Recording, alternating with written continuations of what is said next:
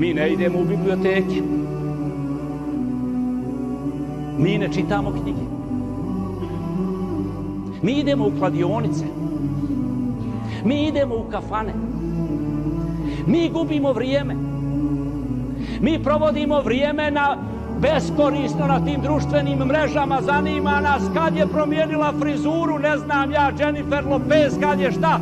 Koliko je naše djece, koliko je nas upisano u gradsku biblioteku da digne knjigu da čita.